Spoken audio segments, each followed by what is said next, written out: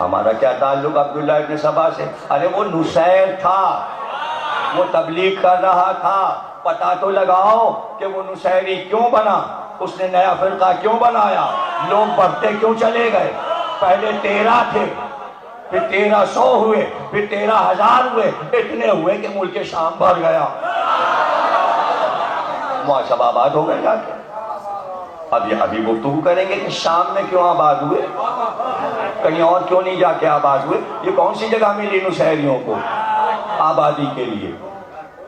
شام میں، دمشق میں، سیریا میں کیوں جا کے آباد ہو گئے یہ نصیری؟ ابھی بات کرتے ہیں کہ اس ملک کا انتخاب کیوں کیا؟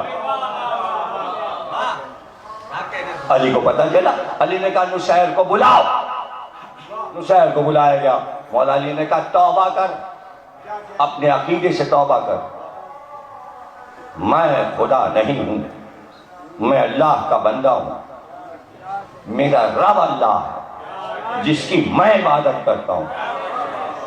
کہا نہیں، میں تو پہچان چکا ہوں آپ کو، آپ بشر کے روپ میں خدا ہیں، اور جتنے کام آپ نے کیے ہیں یہ خدا کے علاوہ کوئی کر نہیں سکتا، ساری شان آپ میں خدا کی ہے، اس کائنات پر آپ کا حکم چلتا ہے، میں آپ کو ہی خدا مانتا ہوں۔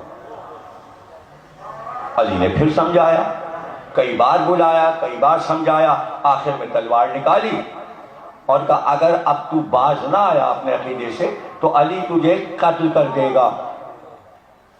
اس نے کہا قتل کر دیجئے، اس لیے کہ خدا جس کو چاہتا ہے مارتا ہے، جسے چاہتا ہے زندہ قتل کر دیجئے، قتل کر دیجئے۔ علی نے تلوار نکالی اور اسے قتل کر دیا، سر کاٹ دیا اس کا، نصیر کا سر کاٹ کے علی واپس اپنے خیمے میں گئے۔ شور ہوا، نصیر مارا گیا، نصیر مارا گیا، وہ جو بدعقیدہ تھا، علی کو خدا کہتا تھا، وہ مارا گیا، علی نے اسے مار دیا۔ جب شور ہوا، عبداللہ ابن عباس علی کے چہیتے شاگرد باہر آئے اور اس کی لاش کو دیکھا اور کہا کہ علی کو سمجھانا چاہیے تھا، جلدی مار دیا، شاید باز آ جاتا، حجت تو تمام کرتے۔ اب یہ بات پھیلی، لوگوں نے آگے علی سے کہا آپ نے اسے جلدی مار دیا، شاید سمجھ جاتا کہ کائنات کا رب اللہ ہے، آپ اللہ نہیں، آپ نے سمجھایا نہیں، گردن اڑا دی۔ ایک بار علی تلوار کمر میں لگا کے باہر آئے، جہاں نصیر کی لاش پڑی تھی، ٹھوکر ماری، کہا علی کے حکم سے اٹھ جا،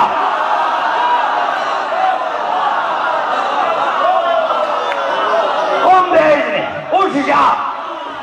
نصیر اٹھ بیٹھا اور چاروں طرف دیکھنے لگا میں زندہ ہوں، اور ایک بار علی مڑے اور کہا عبداللہ ابن عباس سے کہو میں تو نہیں سمجھا سکا تھا، آؤ سمجھا لو، آؤ تم سمجھا لو، اور یہ کہہ کے خیمے میں چلے گئے۔ اب سب نے باری باری مناظرہ کیا، اب اس کے پاس دلیل ہاتھ آ گئی تھی، مارا بھی اللہ نے،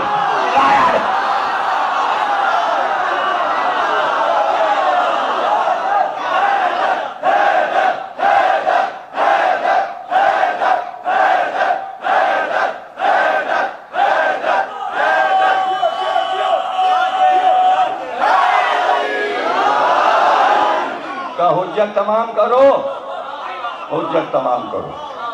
اب یہاں پر غور کرنے والی بات یہ ہے کہ یہ اعتراض علی پر ہو کہ حجت تمام نہیں ہوئی تو اس کے معنی مشکل گھڑی ہے، حجت تمام ہونے کی کوئی سعد مقرر ہے، ورنہ علی کے لیے مشکل تھا حجت تمام کرنا، نہیں سمجھے، ایک سیکنڈ میں حجت تمام کر دیتے، نہیں کوئی سعد مقرر ہے کہ دلیل خود بخود آئے گی اور اس وقت علی اعلان کریں گے، اور وہ وقت آ گئے۔ آپ نے کہا سمجھا لیا، سب نے سمجھا لیا، کیا ہوا؟ کہا نہیں وہ تو اب تک یہی کہہ رہا ہے علی میرے رب ہے، علی میرے خدا ہے۔ کلاؤ اس کو درخت میں سامنے باندھ دو، چاروں لکڑیاں جمع کرو، آگ لگا دو، اسے خاک کر دو جلا کر، اس نے کہا آپ میرے اللہ ہیں، جو چاہے کریں، آپ مارتے ہیں، آپ جلاتے ہیں، لیکن میری آخری وصیت کہ کیا ہے تیری آخری وصیت؟ کہ میرے قبیلے والوں، میرے گاؤں والوں کو بلوا دیا جائے۔ علی نے حکم دیا اس کے سارے گاؤں والوں کو، دیہات والوں کو بلا لو، اس کے قبیلے والوں کو بلا لو، سب آ کے جمع ہو گئے، جو سب آ کے جمع ہو گئے۔ اس نے ایک خطبہ دیا، تقریر کی، کہا اے میرے عزیزوں، رشتہ داروں، میں تو مارا جاؤں گا، لیکن میں تمہیں وصیت کرتا ہوں اپنے رب کو پہچان لو، یہی علی تمہارا رب ہے۔ نصیری پڑھنے لگے، نصیری پڑھنے لگے، اور اس نے آخری جملہ چلنے سے پہلے یہ کہا یہی تمہارا رب ہے، یہی تمہارا رب ہے، یہ کبھی نہیں مرے گا۔ جیسے اس نے یہ کہا علی مسکرائے، دلیل آئی، علی کے بعد دلیل آئی۔ اس نے مسجد کوفہ میں جب ضرورت پڑی تو کہا اس کو میں رب الکعبہ۔ شام پہنچ گئے۔ یہ شام کیوں گئے؟ نصیریوں کو یہ خبر دی گئی کہ جسے تم اللہ مانتے ہو وہاں شام میں اس علی پر تبرہ ہوتا ہے۔ وہ اپنی توحید بچانے شام گئے تھے۔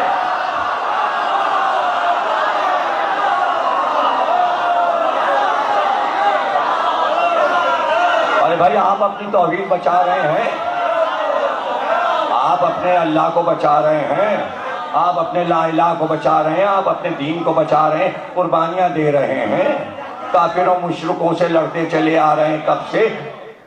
توحید کو بچانے کے لیے، توحید کو بچانے کے لیے۔ توحید تو اپنے اپنے فرقے کی بات ہے، جس نے جسے رب مانا اس نے بچایا۔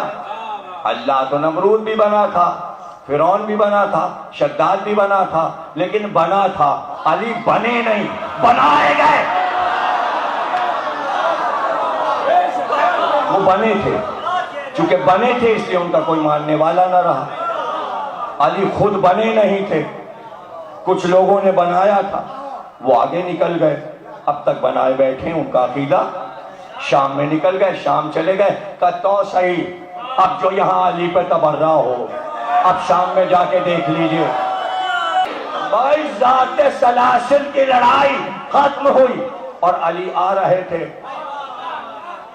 رسول اللہ نے کہا ہم استقبال کریں گے، گھوڑے کی لجام کو پکڑ لیا اور لے کر مدینے میں آئے، اور کہتے چلے علی سے یہ شاندار حدیث، یا علی آج میں تمہارے وہ فضائل بیان کرتا کہ جو کبھی بیان نہیں کیے، لیکن ڈرتا ہوں اگر وہ فضائل بیان کر دوں تو میری امت تمہیں خدا ماننے لگے۔